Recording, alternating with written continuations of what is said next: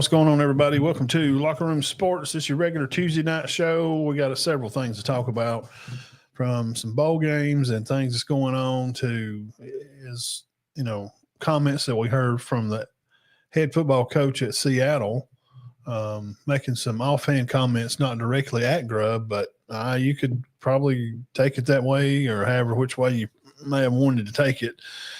And athletic director at Notre Dame, we can play a clip over here and kind of get our beef with what he had to say. And I just, like to get your opinion on it too and see what y'all think. So let's start off with that one first. How about we do that? Let's see here.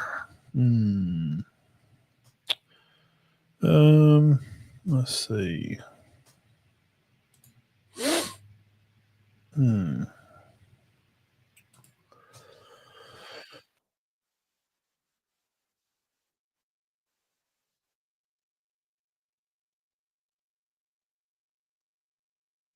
right, let's go right here and share the page. We're going to talk about the AD at Notre Dame and kind of, what is his problem? We were mystified by the actions of the conference to attack, their biggest really business partner in football and a member of their conference in 24 of our other sports. And I would tell you, Dan, I wouldn't be honest with you if I didn't say that they have certainly done permanent damage to the relationship between the conference and Notre Dame. Okay, what the heck ever, bro. So what does he mean by that? I mean, he's talking about there's permanent damage, been dealt with by Notre Dame.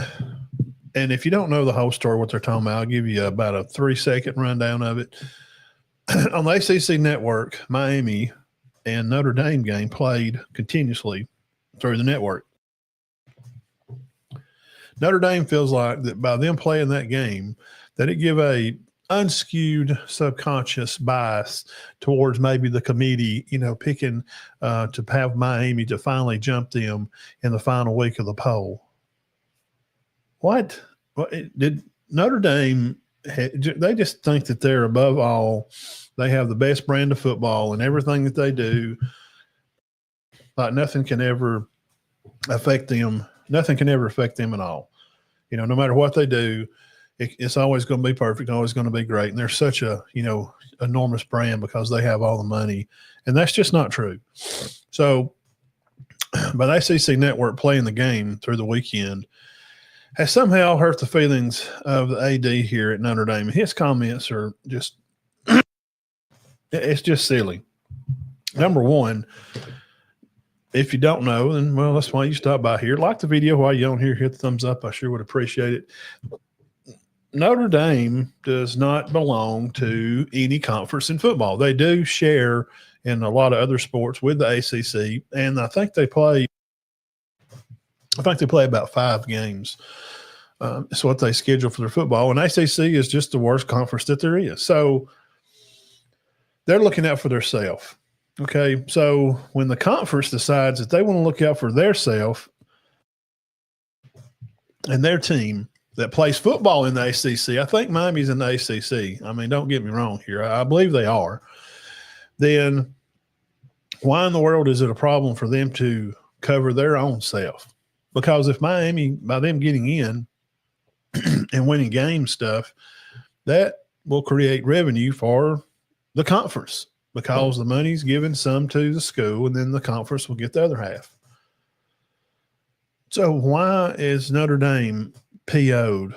Because they got jumped by Miami the last week. Well, why did they in general, why would they have gotten jumped at all? What's going on, Jeff? Why is Notre Dame AD griping about all this stuff? Well, I'll give you a good little idea here. Okay. They're never going to join a conference, and a lot of people keep saying, well, this will be the straw that broke the camel's back. And this will be the reason for them to join a conference. they're never going to join the conference. They'll just miss the playoff this time, just like a lot of Alabama fans felt slighted last year because they didn't make it. I didn't. I don't like 3-loss teams being in it. Bird said because the third loss of Bama's was in a conference title game, it's not the same as last year. Them just losing, losing to Oklahoma there late and cost them. I guess. Okay, I guess so. The AD at Notre Dame, if they go to a bowl game, guess who gets all the money? Yeah, they do. They do. They get all the money. They'll take 100% of the pay, 100% of it. So the ACC network playing the Notre Dame Miami game, reminding people that Notre Dame, I don't think you even have to watch the game. I mean, it was a good game, but any of the committee members remember the game, and you can go back on ESPN and any of these fine establishment places and see the score of the game and see that Notre Dame lost. So him complaining about that and covering himself, he's mad because they're covering their own self. That is so selfish. It is so self-righteous. It is completely out of line, and it's completely asinine. It's completely asinine. It's just absolutely ridiculous. Because in his opinion, Jeff said, he thinks that they can win the national championship. Also, that they lose money. Yeah, $20 million.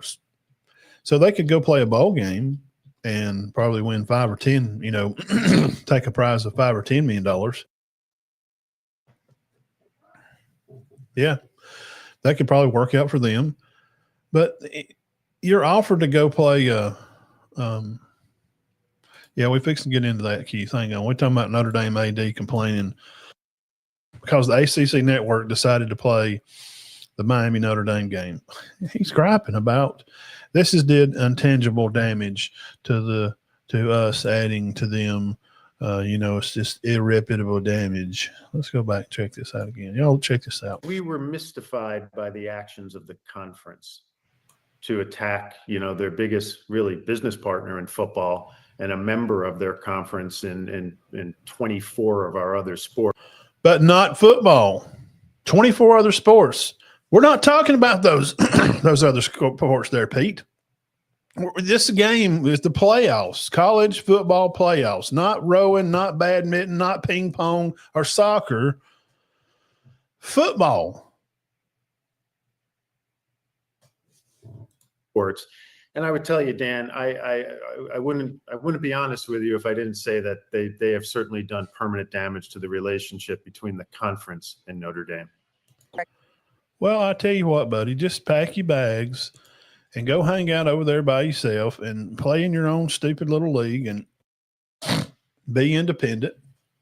And when you don't get in, and if you want to really look at something really interesting, and I have, go check out Notre Dame's schedule next year. They got nobody. They're going to play a terrible, terrible schedule. I think they're going to play like one ranked team. They think it's okay for them to protect their brand. But if Miami protects their whole conference, then it's a problem. Irreparable damage and their biggest partner. Well, how is it your biggest partner? Because you decided to join the crappiest conference around? Go join the Big Ten in football, lay your books open and show the money that you generate for your football program. That's why they'll never join a conference. It's never going to happen unless they have a stipulation made where they don't have to show their money. It's the Catholic Church. They own more property, hit Google, than any institution or anybody in the world. Not just here in this country. The Catholic Church. They have more real estate. They own more stuff than anything or anybody in the world. They're not going to open their books and show what kind of money they generate. Because if money wins titles, listen close, if money just wins titles, Notre Dame would win it every year. Look at this group of misfits that came with SIG, this James Madison group, This guys they brought in, this is just a good team that SIG has put together. They're a good, balanced football team. Pretty good offense, pretty good defense, special teams okay. They're going to win some football games. That proves a huge point. If not, then Texas would for sure be in this. It's always, lastly, we'll move to Bama, about Grubb and Ty. It's always going to be about coaching. It's always going to be about leadership. And it is about Jimmy's and Joe's. But if you don't have a steering wheel on the car, then it's never going to work out. It won't. You can have a star team of all-stars and not win. And not win the game. We've seen what happened to Fisher at A&M. So this guy's comments, he's insane. That don't make any sense at all. So it's caused irreparable damage to the relationship. Well, pack your stuff, bro, and let the doorknob hit you where the good Lord split you. Golly, man, who cares about you? You're not unbeatable. You lost games. Now, here's why. This is a daunting question that seems like either they're stupid and they can't figure it out, or something's going on, or I don't know. I can read the smoke across the water. Guys, the reason that Miami, we can go back and look at it. Miami stayed below Notre Dame. But, Matt, everybody on ESPN's been saying how it was going to be, and that Miami was ranked below them, and the head-to-head should have mattered all along. Miami was 13. Okay, we're going to go back to week 13, this is like right at or right before Thanksgiving weekend. Okay. Yep. Notre Dame was ranked 9. They were 9-2, 6-1 at home. Matt, they won on a 10-win skid streak of just winning 10 straight games. That's ought to be worth something. But they didn't play a ranked team. They beat USC as their only win. And where was Miami was ranked 13. The reason that when this week before, Miami's 13, Notre Dame's 9. The reason that Miami stayed where they were below Notre Dame after the head-to-head was because of the teams that had to play in between these weeks. Miami still had to play Pitt, okay? And if you look at their schedule, we'll go this week before they played Pitt.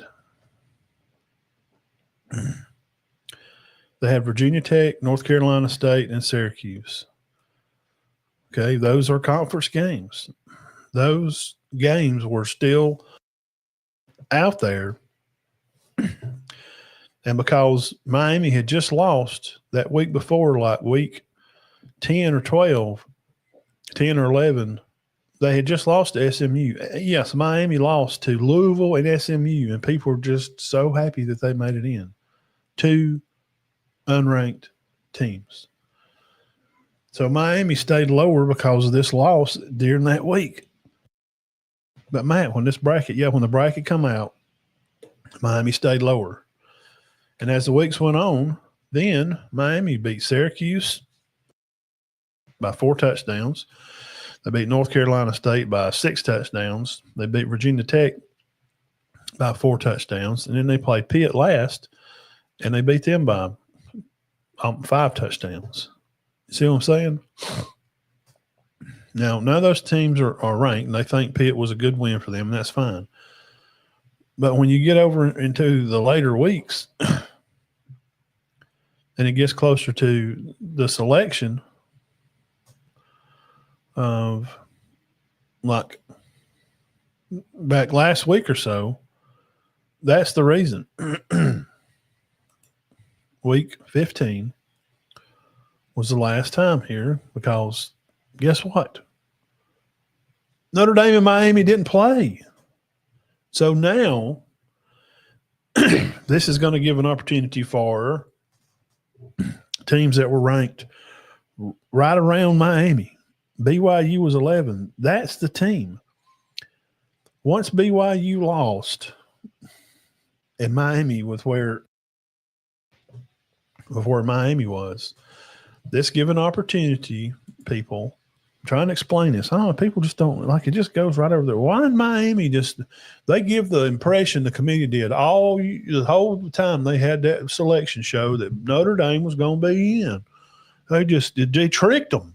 Matt, it's just nothing but pure sabotage against Notre Dame. No, it's not. From that week 11 and 12, I just showed you where they were both ranked.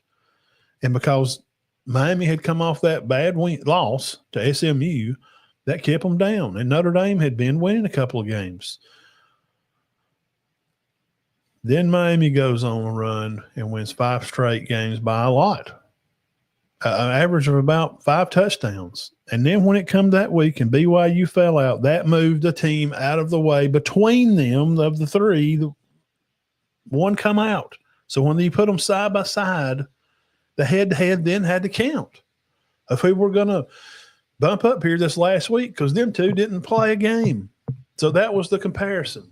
That's why Miami jumped them, because of that week, the head-to-head started mattering because BYU lost. And it created a vacuum with Miami and Notre Dame only. It ain't got nothing to do with Alabama. Notre Dame has nothing to do with them. They're ranked ahead of them all the time, except for that first week. But that last week, when they moved them to 9, they knew it was given an opportunity so that BYU and Texas Tech,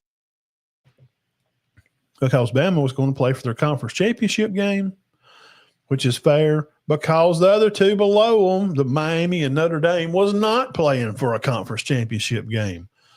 So Bama got like a nod for saying, thanks for doing good enough in your conference, actually being number 1 in the SEC going into the SEC title game.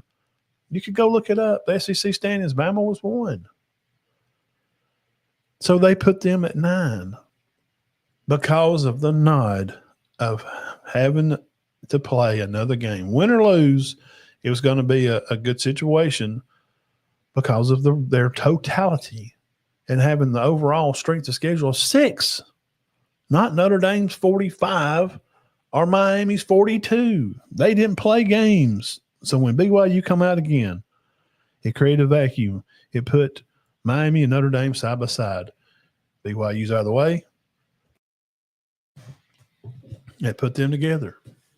And then they had to compare. Okay, now they're finally together. Well, head-to-head matters more. Miami, I don't know if Miami can beat A&M, and we'll start looking at those games and stuff as maybe Thursday. Maybe we'll get into that. But that's just where we're at because of how the games were played. I'm going to tell Notre Dame and you whining AD, and I can't believe they got on TV and said that. This is irreversible damage that you've caused your most reliable partner in the ACC because we make y'all so much money. You don't. What are you talking about? The big check comes from football. You don't share the football check with the ACC, fool. There's people watching that. They may be people that watch that and don't know. They're like, yeah, by God, he's right. They should have got them in there, and Notre Dame, they'd got that $20 million. They'd got to share it with ACC. Should have pumped up their football team. They don't share it. They don't share football. So that's why I'm so confused why he's up here griping during football playoffs. If it had been during basketball and they get some, big check, and you felt like, well, ACC Network run a basketball game of Miami beating them bad, and it's going to knock Notre Dame out of their basketball tournament, that may make a little more sense. But it's not. It's football right now, season still, and it's basketball too. But we're talking about playoffs, football, college football playoffs. I can't believe people just – maybe they don't know. there's a lot of people that don't know a lot of stuff, that just assume things, that they just hear stuff like, I know that's probably, I mean, we know if you know, you know. People just hear stuff and they just believe it. Notre Dame, same thing I told Alabama last year. You don't like how it turned out this year? Win the games. Didn't beat Miami. You should have beat them. Alabama didn't. They didn't make it. You know why? Because they lost. Because Milroe was trash. He turned the ball over to Oklahoma about 3 or 4 times. Do better. If you want to be rewarded, there's consequences for bad actions. And this is your consequences, Notre Dame, for losing to Miami and them going ahead of you because you lost to them. God dang. So now, next topic. Brian Grubb called plays at Seattle, and Coach Mcdonald out there had some comments, said, quote, unquote, not exact words, that there's a lot of play callers out there, guys, that feel like just calling some fun plays is just the right thing to do sometimes. And just because something works in one game, that means that it could work in any other game. That you're taking your play calling as a whole body of work, that these plays that Grubb calls, those little funky little backdoor reverses and your little trick plays and that little funky stuff, you're not in Washington anymore, Dorothy. You're in the SEC. The speed and the strength is twice much more than you ever faced in the Pac-12. Yes, they had a good quarterback. Yes, Washington had a tailback that rushed for 1,000 yards. But it just seems that he has put Ty in a terrible situation. McDonald went on to say that what that does in that style of play calling, that you feel like these work in this game and they'll work in any game, it lacks team building chemistry and coherentness to be together and really have an identity. You can go look it up. Just type in Seahawks coach McDonald comments about play calling. Now, he don't say Grubb. He don't call his name out exactly, but you can put 2 and 2 together and figure out what he's saying, okay? And it seems to me that sounds exactly like what the problem is. And I've said this 100 times. We know that Bama not having a run game for 4 years is not. I don't think Grubb's been there for 4 years. Second year. It's been a problem. Bama has been able to – Najee Harris was the last rusher that had a bunch of yards. He rushed for over 1,000. Gibbs didn't even have a whole lot of yards. He was the leading receiver on the team when he was there. It's just not been as important because the style of football they've been able to get away with, because the quarterback situation, Milroe could bail him out of trouble. Go back and look for what Bryce threw for. Was it 21? He threw for like 4,500 yards, but they didn't run for a whole lot of yards. I think it's probably more than they have now, but you know what I'm saying. I've been saying this, and I think other people that watch the game closely and study football daily, and we all interact with other media people, small media people, not, big ESPN. I'm talking about other podcast people like myself. We all have noticed that I think we expected more from Grubb. Maybe we were thinking like on a Sarkisian kind of level, and it kind of felt like this was really going to be an improvement from last year. And by week 6 or 7, about South Carolina, when things started to dwindle away a little bit, Jeff and Ben, It just seems like it's the same offense as last year. As I come on here that Sunday show and said, does this not just seem like the same thing that happened last year with Alabama? We blame some of the offensive linemen. We blame the center. Actually, the year we lost to Michigan in Saban's last game, he left.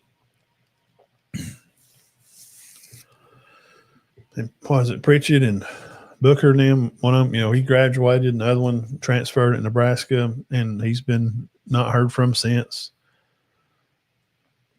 This is the same offense as last year. The difference is now, because of Grubb's shitty play calling, he could be bailed out of his bad play calling because Nick was the one calling plays last year, but it's still the same kind of offense, basically. Grubb don't have Milroe to bail him out on his bad calls. Either the nice, pretty deep throws down the field to Ryan Williams, or he could take off and run with it because they didn't have a run game. Bama don't even have a guy even close to running for 800 yards. And there's some other teams that having some of those problems because we're seeing teams throw the ball more. It's the style and the play of offense that we're seeing. Empty sets, trips, bunch sets, 4 wide receivers, 2 wide on each side. And we're seeing it even in high school, watching high school football games this past week at Super 7. Teams on it's 1st and 10, they get a penalty. It's 1st and 5, they throw the ball incomplete. 2nd and 5, roll out, throw the ball, overthrow. Like, what? It's 3rd and 5, and he nearly throws a pick on the third play. Talking about a high school team. Jesus Christ, man, what is going on? There's people out there that can run block, and I watched closely when I watched Indiana and Ohio State. I watched the fat boys up front.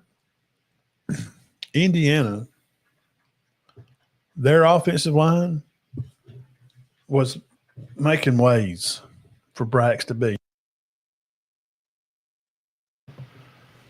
They were making a path for the running back to get north and south. Dude, their guard and their center and their tackles off several times. They had a wall. If he went off right tackle, the guard is in, the tackle is up, field, he's getting the next level, the center pivots and pinches and hinges. Beautiful alley. I've seen it several times. That's what running the football is supposed to look like.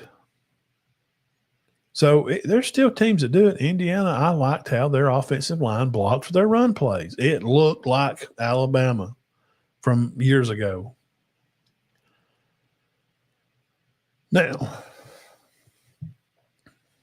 Bama was missing 2 offensive linemen against Georgia with a one-legged center that shouldn't have been playing. But the guy that was supposed to be playing for him, I think if they're going to let Dewberry or some of them play, he was out. And you got a 17-year-old freshman playing right tackle. Michael, kid from, I think he's from Georgia. Carroll. They did not look ready. And this is not a Bama, Georgia preview. We've done that. It just shows that practice of the week must have been absolutely terrible. And Grubb knew going into the game, we're going to be lucky if we win this, if we can get any kind of plays off. We got so many guys hurt. And he also commended Kirby to say, they do too. And you're going to add another game. And that's another conversation I've had weeks ago about having to play 9 now. So now you're going to play 5 or 6 ranked teams in a regular season. Dude, these Big Ten teams may go the whole season without playing but one ranked team. But the point is, it's going to create an atmosphere to where you have to score. And with Grubb's offense and the way he calls plays and his ineptitude to see He's come down the field. I knew when he come down the field, I was thinking, well, he's just going to come down. It was Eastern Illinois, and he's wanting to. This was an excuse I heard, and I knew it was BS. He wants to be down on the field, Matt, because he wants to be close with his second, third string with Keelan and Mac when they're on and off the field. Okay, that's a good excuse. I'm telling you, he was down the field because he knows there's a problem. He needs to see it on foot. He can't be up in the box, and it's just different. And when he was on the field these next games, I knew there is a big problem. And he's just not that good. It was kind of okay, but when people started figuring out what he was doing, which don't take long, there's great defensive coordinators in the SEC. I mean, there's the top defenses in the country are right here in our conference, some of these defenses. Then you have some guys hurt. And you can't run the ball. Grubb has to see that there's adjustments that he's going to have to make. It seems to me that he's got a square peg, and he's just trying to push that square peg into a triangle hole. I'm going to make my offense work for this team that I have. That is how you lose football games. Thank God that Womack has done an outstanding job this year with the defense to be able to hold teams to lower points so they don't have to score too much. Because you can go back, bro, go look at the schedule. As soon as after Tennessee game, they scored in the 30s. After that, it's a straight drop. It's just straight 30s and 36, 35, 34, and then boom, 21, 26, 24. They are struggling on offense because they got figured out. Some players got hurt, and Grubb has no idea what to do. He's got no idea what to do. He's completely lost as a baby in a topless bar. He's completely confused and has no idea what's going on. It's a huge problem. And last, and we'll move on to we can talk about Ty.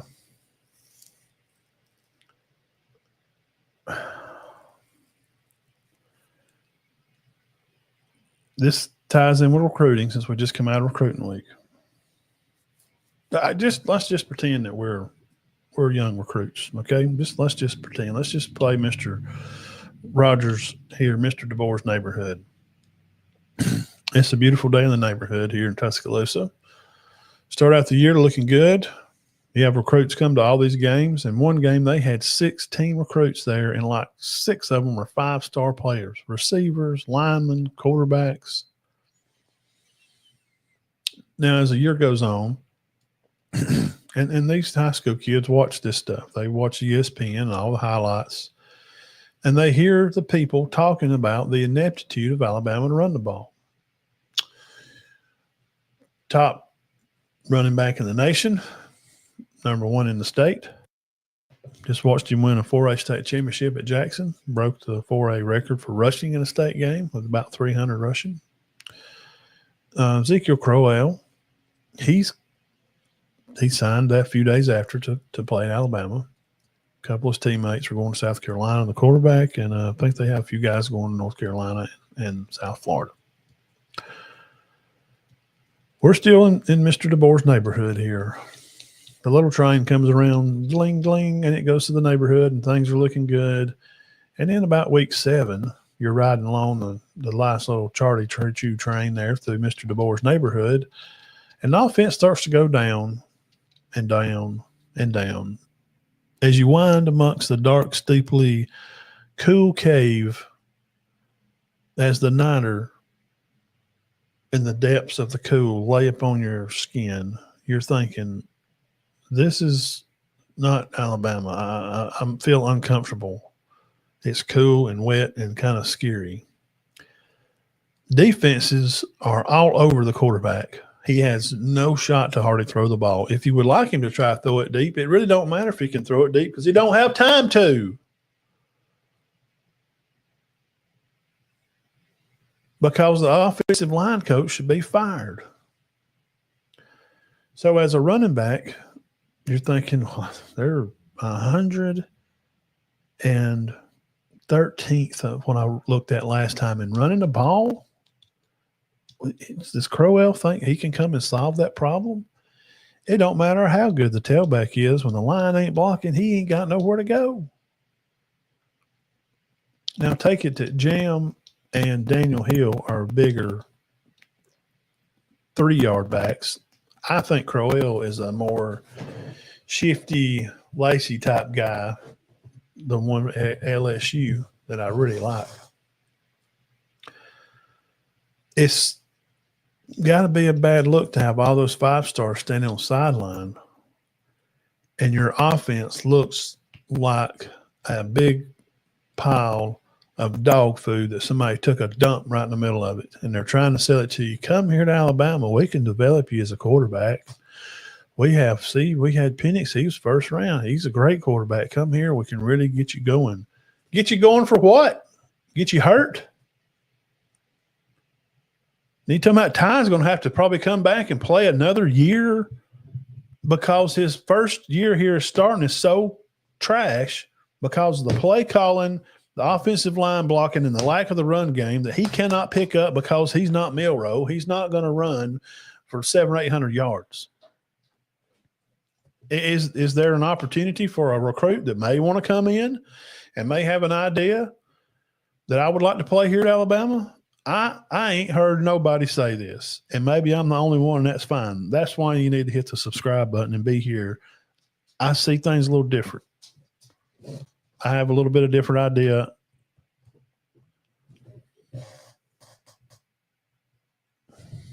About how it goes. And that's the point. And this camera's just going to take a dump. So is there an idea about where Bama is and how that they can attract the kind of players that you would want to see at a major university of being the Crimson Tide? Let's think about this. We're still chewing along in the neighborhood. Is there an opportunity for you to play at Alabama? Okay, maybe so. And if not, then is there a chance? This camera's just wonky. Is there an opportunity for, hang on a second.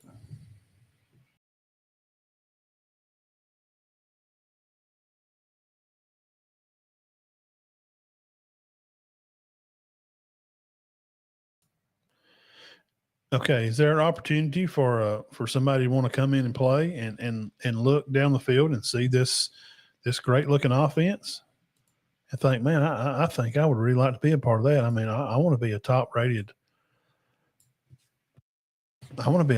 quarterback too. I'm just saying, I hadn't heard anybody else say this. It can't be good for recruiting to see such a bad offense on the field, and you're trying to sell somebody on the idea that you're a great coach and that you can come to Alabama and have a great career here as a top quarterback. Because if Ty comes back,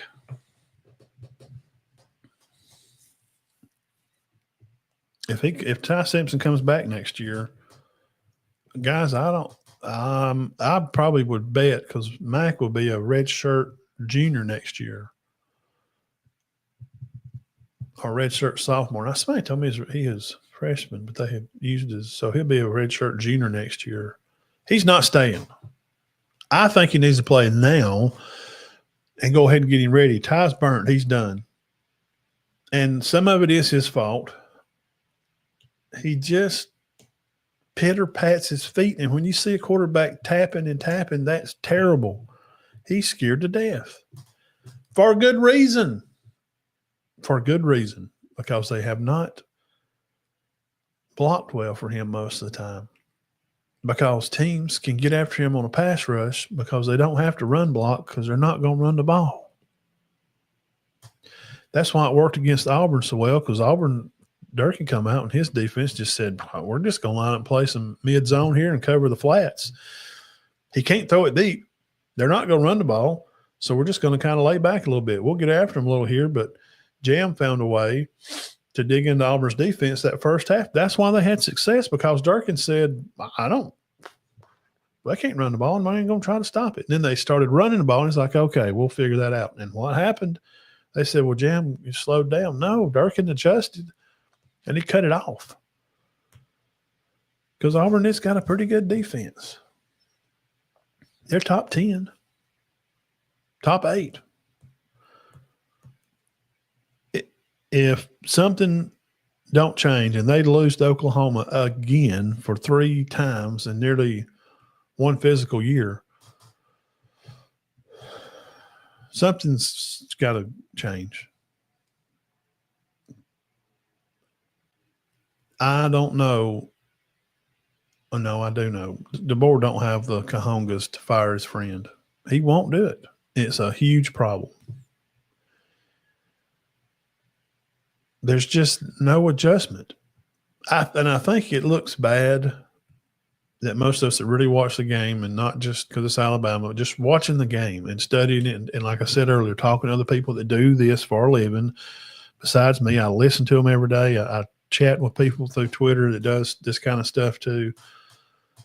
We expected more. I mean, just fans of football in general, like, well, I want to see what old Grubb does. They did pretty good at Washington. I mean, somebody that's a Georgia fan, I've talked to them. They're like, I thought, and then they come in and it's like, I'm just not really impressed, And then I've talked to Tennessee fans. I've talked to Florida fans, Auburn fans. They're like, I've just thought it would be a little better. You really thought he was going to pimp my ride. He was going to lower the car and put some spokes on it, maybe some hydraulics, tint the windows, put the cool airbrush on the trunk, It's the same car that Alabama had last year. It's the same old Cutlass with the same old hubcaps. Now we just don't have the good interior and stuff, and it's been tore up because Milroe could shrink some of that damage from no run game because he could run. I'm just telling you. So lastly, if it don't change, it's going to hurt it's going to hurt Alabama overall in the long run, because at some point recruits are not going to want to come play for a shitty offense. They can see some wins and stuff, but people's figuring it out. And watch some of these other teams. I know they've lost a lot of coaches now, but when LSU Lane figures out, give him a year or two. If Gullis can figure out some kind of offense, and he's a little gimmicky style offense, it's a little, D2 kind of football somewhat. If he can figure out a way to score, 3 or 4 touchdowns and defense stays solid, if he can keep some of those players, which he's already lost some. Florida, if someone by 2 years. So let me tell you this, Grubb, you're on a short leash. It's got to be figured out next year. You've got to do better, because in 27, when Summerall and Kiffin figure it out and you start playing those guys in a 9-conference game schedule, that crap offense, bro, it's not going to work. You're going to lose. Lane is going to, because Lane is a good play caller. He's a deal head. I don't care for him personally. Lost a lot of respect for. I know he had to take the job at the moment. That's just not me. And I can't say I don't like a guy because he didn't do what I would do, because we're not the same people. He grew up a millionaire. I did not. We're just different values. He's a great play caller. When I watch Ole Miss play, I enjoy their offense. I watch it. I'm like, yes, that's a good play call. 3rd and 2. Yep. That's the one I would call. That. What a good job he did. Wow. What a good call. There's very few times I was watching Ole Miss, and I watched them play at least 2, maybe 3 games this year. I like it. Texas offense, yeah, most of the time it's okay, but Sark gets into that fuzzy water sometimes too. But like Grubb, dude, 1st down, run the ball right up the middle. 2nd and 8, run the ball up the middle. 3rd and 7, run the ball up the middle. Jim ain't breaking one when he's piling it up in the 1 and the 2 hole up there. Come on. We all see this. It's like the guy coach that lives on the idea of taking the first pitch in baseball. Just take the pitch. You know they're going to throw a strike, but it goes against his pitch count. In the long run, we can wear him down.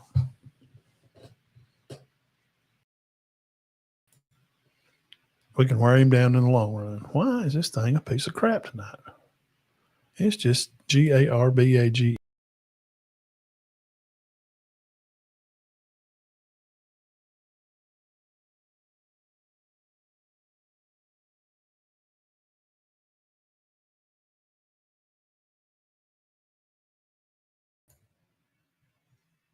This is absolutely crazy.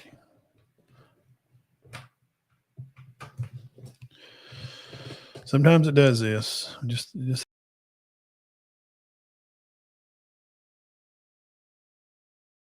the whole point is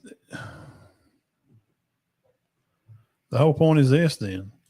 If it's going to affect recruiting, the guy's got to go, right? If that's what it's going to be, and that's how we're going to. Once recruiting starts to be, affected, then you'll start seeing boosters say something when Bama don't finish, in the top, at least top 10 every year. They want a top 5 recruiting class every year.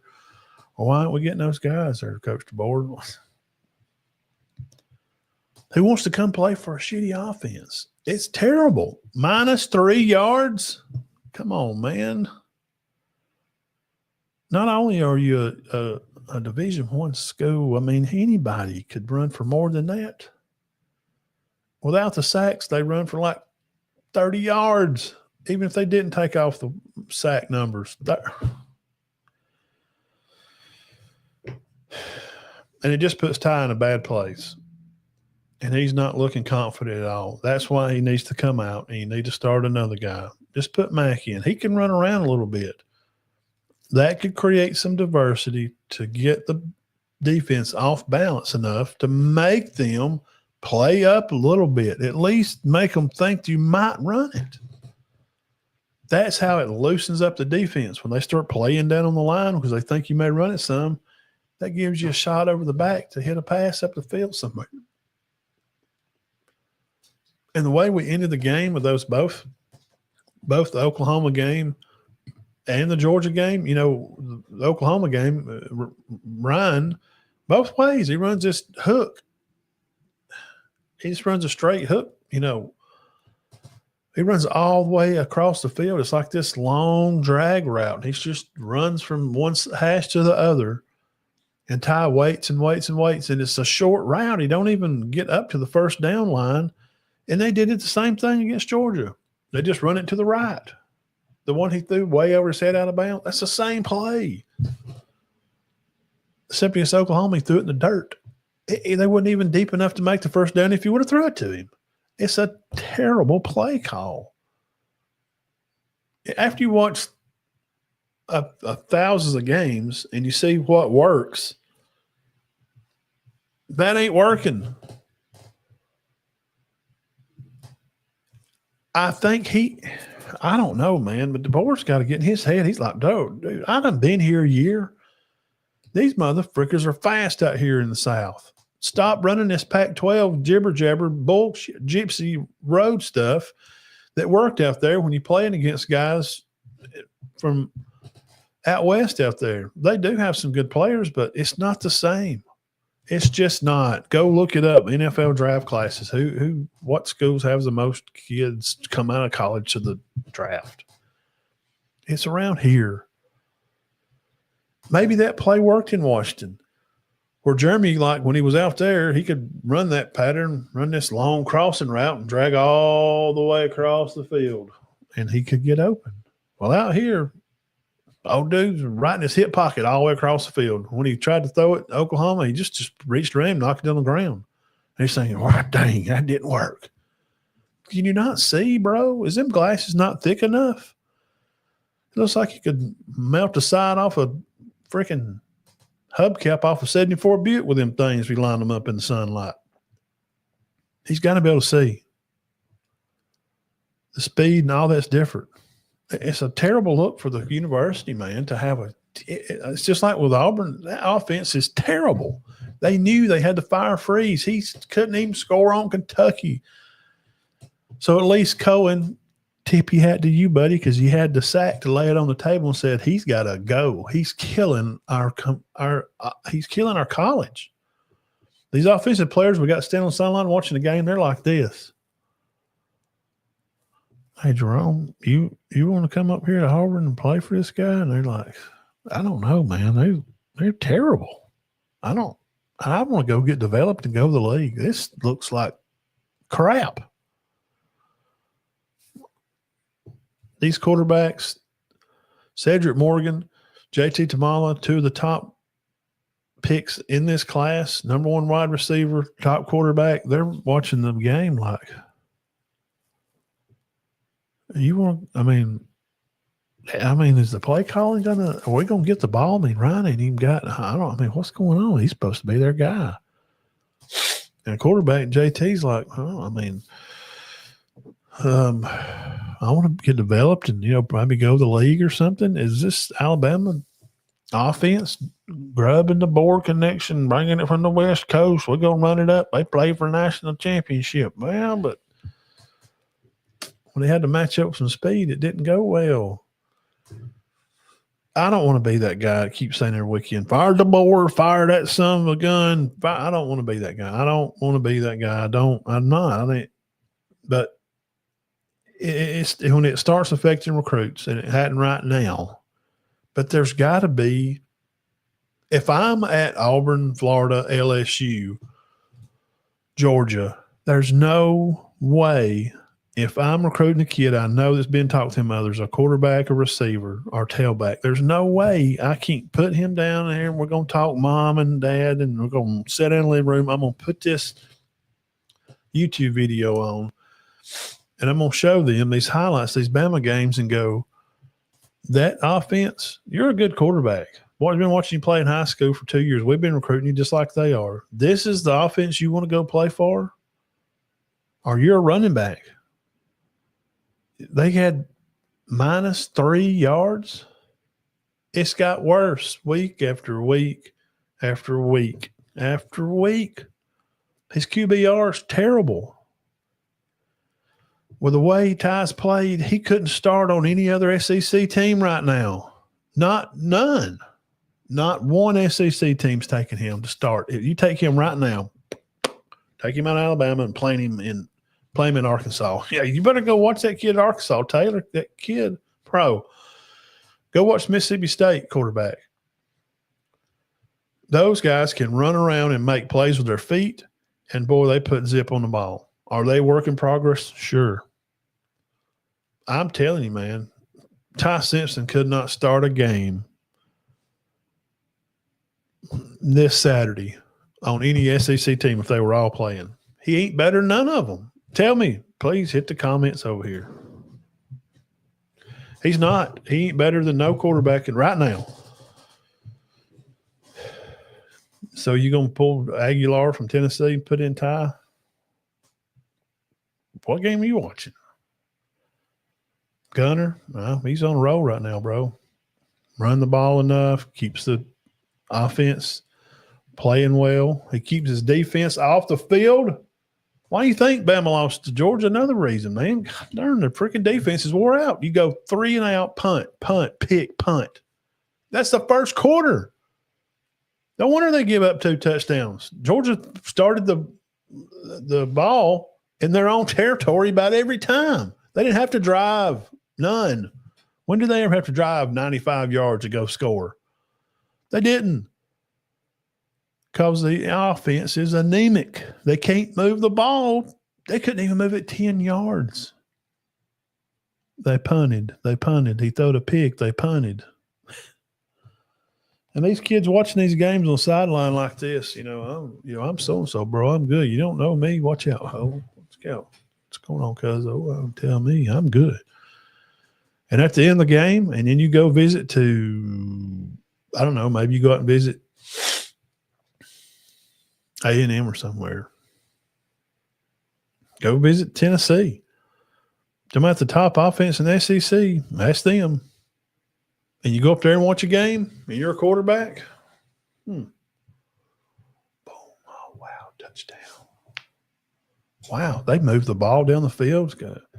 Man, these quarterback coaches, I like the play calling here at Tennessee. Top offense in the SEC, best running average in the SEC. I think Tennessee's, by numbers and stats, they're probably the best team in the SEC.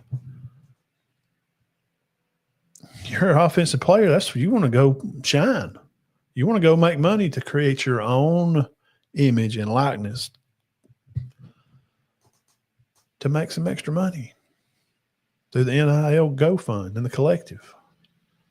This crap Alabama's putting on the field is humiliating. It's miserable. It's a joke. It's terrible. Recruits are, it's not pretty. You can sell the brand and the scripted A that they have on the neck on the jersey. And that's holding some value for a little while. But you keep up with this offense, 103rd and rushing in the country. Who's going to come play? Because the other coaches from other schools are going to say, surely you don't. I mean, come on, man. I don't know. Yeah, they played for the conference championship because their defense is hanging on. If you're a defensive player, it looks pretty attractive to go over there. It looks like the defensive coach is getting after it. He's working. There's no consequences for bad actions. As soon as that crap started with Ty, it's not personal, man. Just go to him and say, hey, this week at the game, we're going to let Mac take the snaps with the first team. Okay? You can take some too. But he's going to lead us through the week, and we're going to start him against LSU. Is probably where I'd start him to see what happened. Just see what happened. If it goes south, put Ty in. No harm, no foul. If he takes it that personal, he ain't a good teammate. You don't need him. Not a good teammate anyway. If he's it's bull crap. When they pulled Milroe in that South Florida, they put in old Ching Chong up there. It went up there, and he's a lacrosse player at Notre Dame. Milroe was high-fiving him. He was celebrating. Saban pulled his tail, man. The game where Saban got rained on down there at South Florida, he took his tail out. He put in these other dudes because everybody's like, Milroe's got to go. And when Milroe came out and we seen what they had, everybody's like, oh, okay, Nick didn't know what he was doing. Milroe is the best option. He's just not real good at throwing mediocre mid-range balls. He's going to throw picks. And that's what it cost him the game last year against Oklahoma. Bama's coaching staff has been picked through for the past 10 years. They take the guy that changes the freaking heads on the sprinklers out there. Hey, you change the sprinkler heads at Tuscaloosa? Come on down. We got a job for you. We want you to call offense. They can't keep up. They've already lost. Their wide receiver coach took the Oregon State job. They're losing coaches right now. DeBoer's been there. He ain't been there 2 years yet. Because nobody will say no. Well, that's good for him. He needs to go out and create his own brand and be a head coach. And DeBoer's thinking, God dang, man, I'm trying to go to the playoffs here, and I lose my wide receiver coach and 2 other guys to go with him. You know he don't like it. You can't keep a staff together because if they got Alabama somewhere along the way, the guy mops the freaking toilets and brushes doo-doo out of the toilet. I bet some of them guys took a dump here. He probably got close to him. Well, let's hire him. We'll hire him up here at North Kennesaw State Collegiate Intercontinental Community College and see if we can get a football team going. You know, it's hurting the school. It's going to hurt the brand.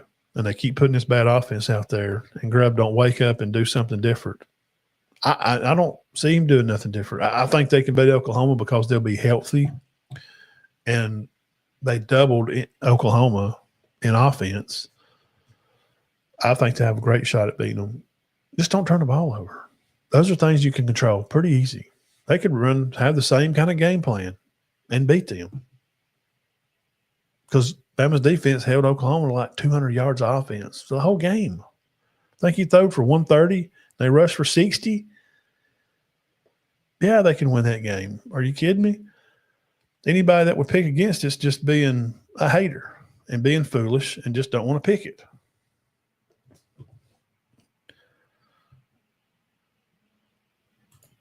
Yeah, it's not personal. It's just business. If you can't, bro, I mean, I know they're buddies, man.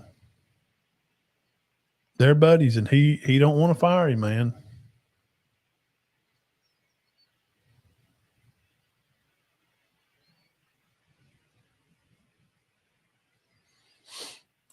Yeah, we got the quarterback.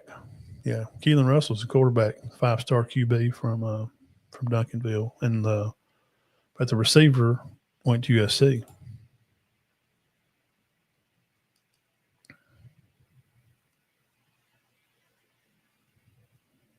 Yeah, I messaged him. I did. I sent him a text about that, and gave him the name of the guy, and they're getting contact and stuff. But yeah, he could come out there and get a.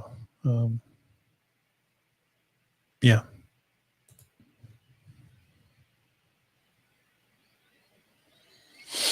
Yeah, I don't know. High school football, Alabama, it will be next. I think next Thursday or Friday. We'll find out where everybody's going to reclassify to. I don't know. I hadn't heard that, man. It could be possible. Could be possible. So that's all I got for tonight. Thank y'all for coming by and hanging out with me and breaking down this AD situation at Notre Dame. And, oh, yeah, no problem. I appreciate you for trying to help the young man out. He's a good kid. The AD at Notre Dame complaining about trying to protect his brand, like them playing the Notre Dame Miami game is knocking them out of it. No, just if you'd have won the game, it wouldn't have mattered. And don't be mad at Bama. They were ranked above you anyway. If you want to be mad at somebody, be mad at freaking James Madison. Why we got these teams in there? That's not the best 12. Stop saying that. This committee, we're putting the best 12 teams in there on the committee tonight, Chuck. Come on in here and let's talk about it. Breaking news here. Hi, I'm Chuck Spagagel, and we're going to break down the college football bracket. The best 12 teams in college football today. Let's start down here at 12.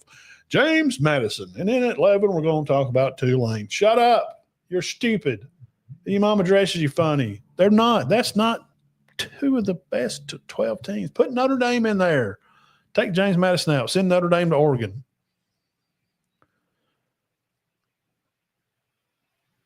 Let Vanderbilt play Georgia again. Ole Miss. Put Vandy in. Put Notre Dame in. But, Matt, Chuck Spagagel says that BYU also played for their championship and he lost the game. That Alabama lost their conference game, by gosh. Don, tell them what's happened. Well, see here, Jerry, the college football bracket, BYU losing their conference games the same as Alabama. Why is BYU not in? Because they lost to Texas Tech twice, Chuck. Shut up. You need to take some shut-up juice too. Take the big shut-up pill. Alabama didn't lose to Georgia twice. If they would have, they wouldn't be in.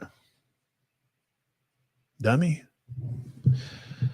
So now we got the picture figured out about also the AD and what a Crutchfield he is and a dip wagon.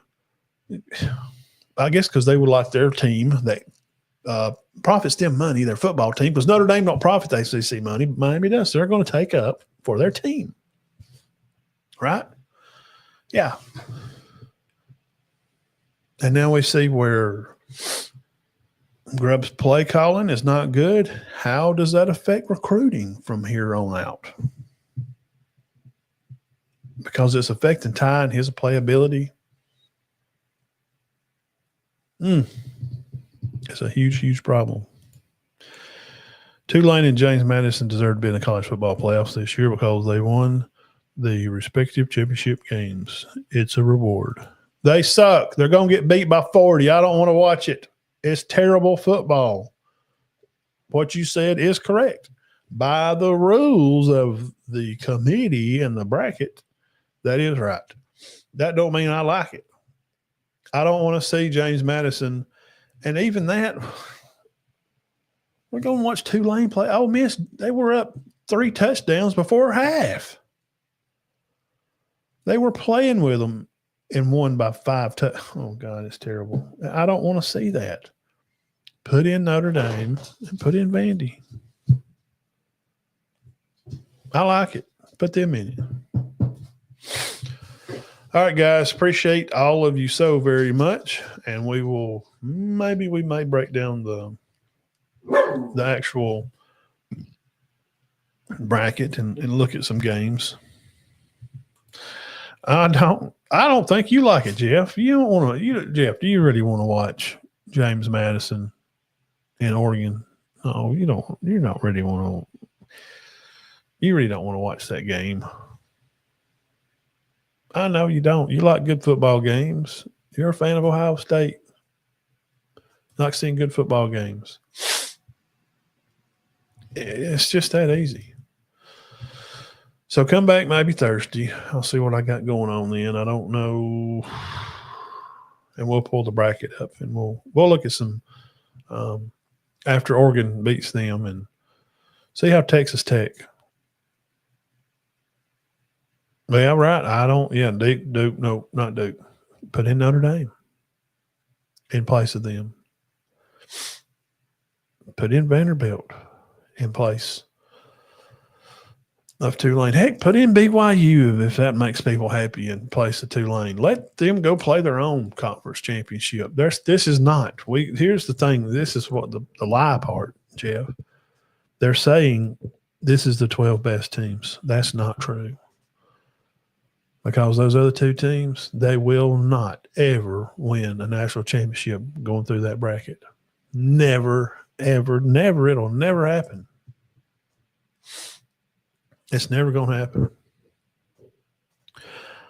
Yeah, then we're going to get a bunch of 3 and 4 loss teams, and then number 17 is going to gripe and whine about that. So now we're going to take 14 teams and still let in these two hippie wagon freaks.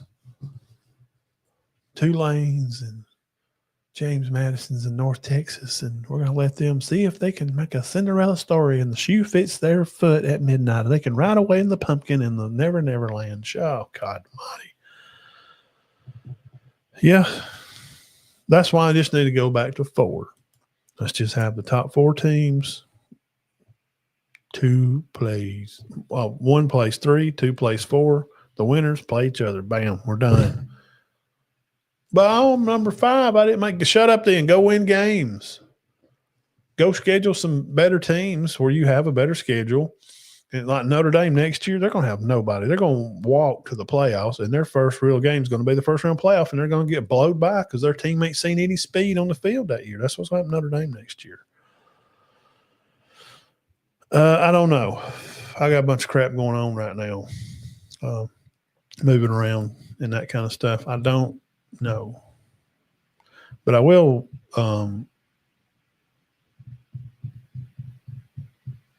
I'll definitely let people know. Definitely. Yeah, I didn't have really a big problem with the BCS. Not really. I didn't mind going to 4. I thought that gives some teams that may have slipped a game during the year. You know, Bama come out and slipped on Florida State first game. Well, you know, they lose 2 games in the year. Yeah, okay, give them a shot to get in there because, you know, Ohio State, I mean, they lose their conference title game. Hey, back in the day, they're out. Ohio State don't get a shot right now. Right now, probably the best 2 looking teams, they're probably going to play Indiana and Georgia. That'd be 1-2. Hey, welcome to the BCS. Indiana and Georgia go play for national championship. That's what would happen right now. I've heard mumblings about that. I don't see him leaving. His son, of course, you know, he's the quarterback down there at St. Michael, and they got a good football team. He's just going to up and leave that, and they're just starting to put it together right now.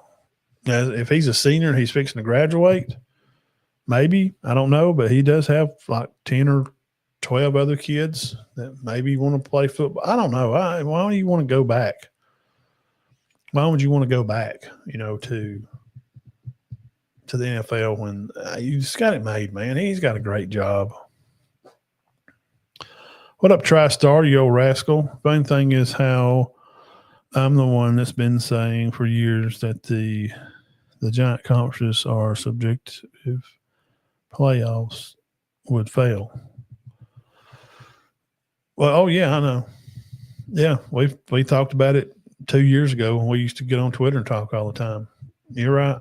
Here's TriStar P. Where somebody's going to gripe. If you take a freaking 25 team playoff, 26, somebody like, but I deserve to be in. Well, you lost 5 games. Well, but that darn it, we should have got in. We're this, it's just human nature. You're gonna jock for position. Yeah, they're terrible. Oof. And Notre Dame want to join the ACC? Good Lord, man. Why?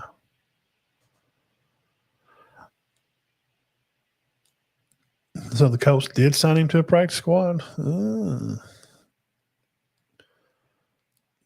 Phillip Rivers? Are you sure? You ain't pulling my leg, are you? Yeah, it's going to be right here on the Big 12, ACC, Cheesy aiming to UCLA. 4 LSU coaches rejoin the Rebels. Yeah, what y'all think about that? Old Charlie Weiss Jr. going back. I think it's great. James Madison, Oregon lines for each game. Yeah, I know they're James Madison, Oregon's favored by 3 touchdowns.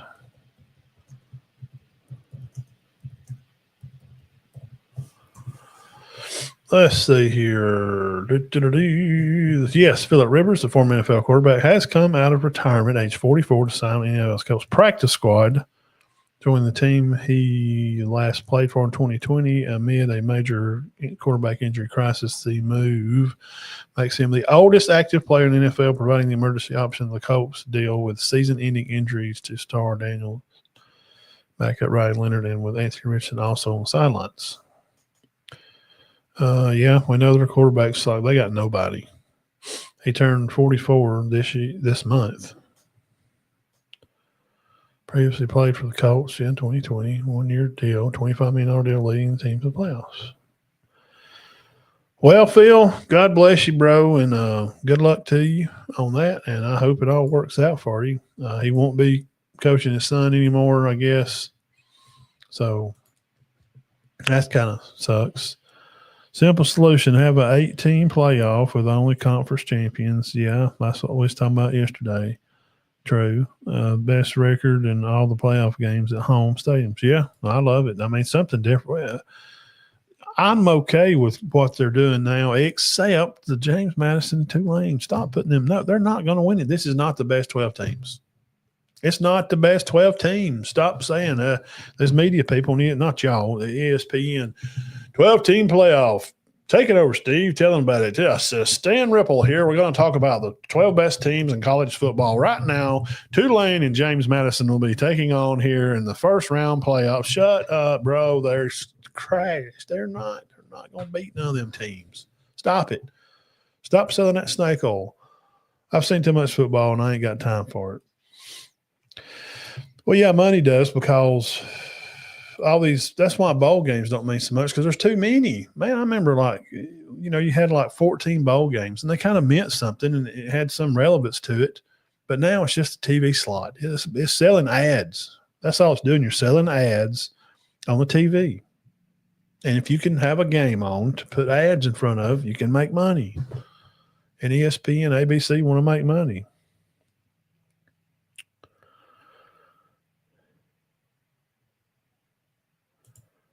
Now he can't be their coach and be up there playing football. I mean, they're done right now because they're out of the playoffs. Jackson put them out. Yeah. I remember we just had a dozen bowl games. No, they don't. TriStar, they don't. Nope. They don't have to do nothing. Then go create your own championship. Go get your own sandbox, because they'll never win it. It's not exclusion. Just I'm not saying you're wrong. I'm just saying I don't like it, and you don't have to do nothing. The NCAA is a joke. They get sued all the time. Just don't put them in. Who are they going to sue? The college football committee? I mean, like, when a team, gets their championship forfeit or something, like who's going to go get the trophy? NCAA don't buy the trophy. None of this stuff works like, nobody wants to see Tulane and James Madison. Just don't put them in it. Well, we'll sue and drop a lawsuit. Well, good. Go drop a lawsuit and we'll see you next year. Because the NCAA gets sued all the time. They're crap. The NCAA has no control over nothing. They don't know. They don't even know what's going on. I don't even know why they even have an office. Ain't their office up there in Nashville somewhere, TriStar? It's up there somewhere. I mean, they don't even know what's going on. So it's like the AD at Notre Dame griping, bro. Nobody wants to hear him gripe. They're protecting their brand of Miami. Because Miami football team going to the playoffs gets the ACC money. Notre Dame going to the ACC. They don't play football in the ACC. Them going to the playoffs makes no money for the ACC. When Notre Dame football goes to the playoffs, ACC gets no money.